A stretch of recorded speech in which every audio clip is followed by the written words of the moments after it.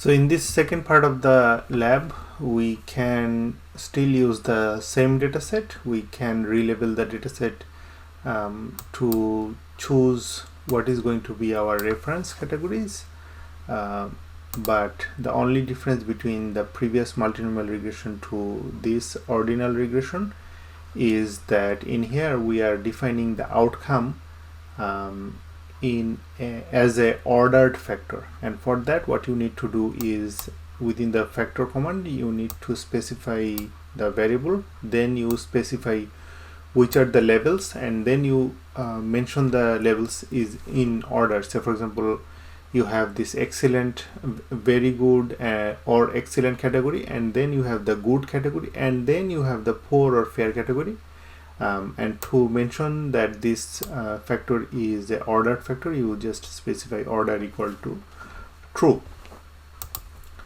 So what this will do is when you are fitting the ordinal logistic, whatever variable, whatever level you have at the beginning, that will be considered as a reference category. Alright, so for running an ordinal regression, we need to use the polr function, and that is coming from the mass package, where you basically specify your outcome as well as your input variables, and that will give you the odds ratios when you are defining the exponentiation. You will get the odds ratio in the very similar way that you have gotten in the multinomial regression, and you will also get the confidence interval.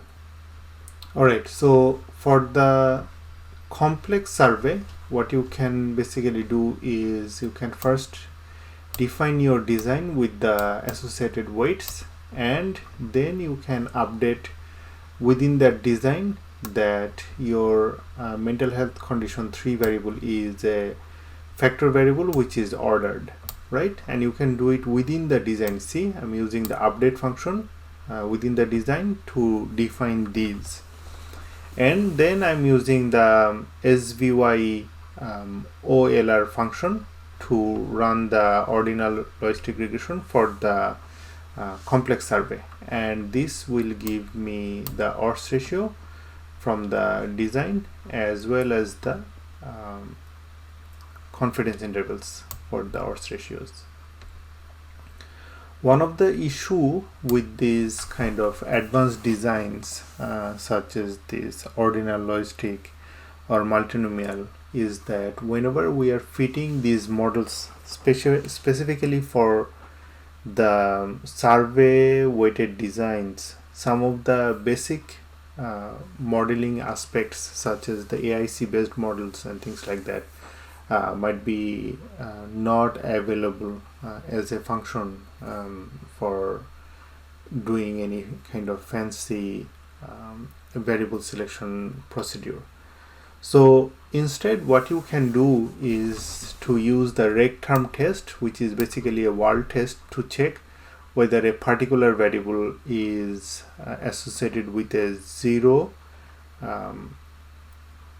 parameter or the coefficient, right? Say for example you want to check whether this community belonging variable has a 0 slope in this regression or not, and you can see this is a significant test. That means that this community belonging variable is not associated with a 0, so this test is rejected. Again, you can check this for the age, you can check it for the sex variable, you can check it for the race and ethnicity variable, and you can see this that within the race and ethnicity variable this was not significant. That means that we could not reject the hypothesis that race or ethnicity variable was associated with a 0 coefficient. You can also check it for the main income and you can get a significant association. So in this way, using this word test, you can try to assess each variable one at a time to figure out whether you want to keep all of those variables or maybe some of the variables are not so important in this particular regression fit.